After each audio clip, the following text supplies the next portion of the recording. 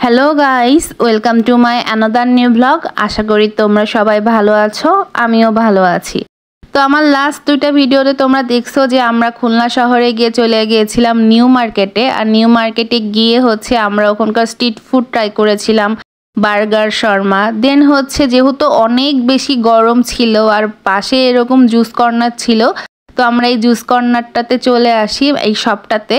আর এসে আমরা এখান থেকে ড্রিঙ্কস বলতে আমরা শেক অর্ডার করছিলাম, চকলেট শেক। এই যে আমাদের বাড়ির এই লিটল মেম্বারটা চকলেট শেক নিয়েছিল। আর এই দেখো চকলেট শেকের ভিডিও। খেতে মজা ছিল, ওর নাকি খেয়ে বুকের মধ্যে একদম শান্তি লেগে গিয়েছিল। আর আমি অর্ডার করছিলাম এই অরিও শেকটা। এটাও খেতে অনেক মজা ছিল। মেইনলি গরমের মধ্যে এই ধরনের ড্রিঙ্কস অনেক রিফ্রেশিং আসলে। আর এগুলোর প্রাইসও মোটামুটি রিজনেবল ছিল। মেবি আমি যে শেকটা নিয়েছিলাম অরিও শেক, ওটার প্রাইস ছিল হলো 90 টাকা। আর চকলেট শেকের প্রাইস মেবি ছিল কত, যে 99 টাকা। আমারটা ছিল 90 টাকা, চকলেট শেক 99 টাকা। আর মিতুল অর্ডার করছিল একটা স্ট্রবেরি শেক, ওটার প্রাইসও ছিল 90 টাকা। আর ওরা কিন্তু একদমই লেট করেনি। আমরা অর্ডার করার সঙ্গে সঙ্গে খাবারগুলো ড্রিঙ্কসগুলো অনেক তাড়াতাড়ি তৈরি করে আমাদেরকে সার্ভ করেছিল।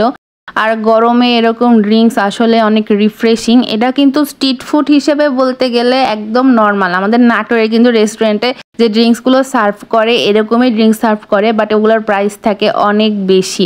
বাট ওরাও ভালোই সব সার্ভ করছিল। প্লাস আমি দেখলাম যে ওরা অরিও শেকে যে নর্মাল খালি চকলেট দিয়ে বা চকলেট সিরাপ দিয়ে সার্ভ করতেছে তা না, ওরা কিন্তু অরিও বিস্কুট ইউজ করছে। প্লাস এই যে মিতুল যেটা নিয়েছিল স্ট্রবেরি শেক। আর সবচেয়ে বড় কথা কি, এই স্ট্রবেরি শেকটা সব থেকে বেশি মজা ছিল। আমি ট্রাই করছিলাম মিতুলের থেকে নিয়ে, এটা অনেক বেশি টেস্টি ছিল।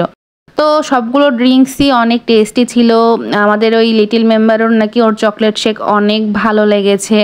তো এই খাবারগুলো খাওয়ার পর স্ট্রিট ফুডগুলো খাওয়ার পর এরকম এক গ্লাস করে শেক খেয়ে তো আমরা একদম রিফ্রেশ হয়ে গিয়েছিলাম। তো খাওয়া দাওয়া শেষ করে আমরা বাড়ির উদ্দেশ্যে চলে যাচ্ছিলাম। আমার আজকের ভিডিওটা তোমাদের কেমন লাগলো কমেন্টে জানিও। সবাই ভালো থেকো। আজকের মতন টাটা।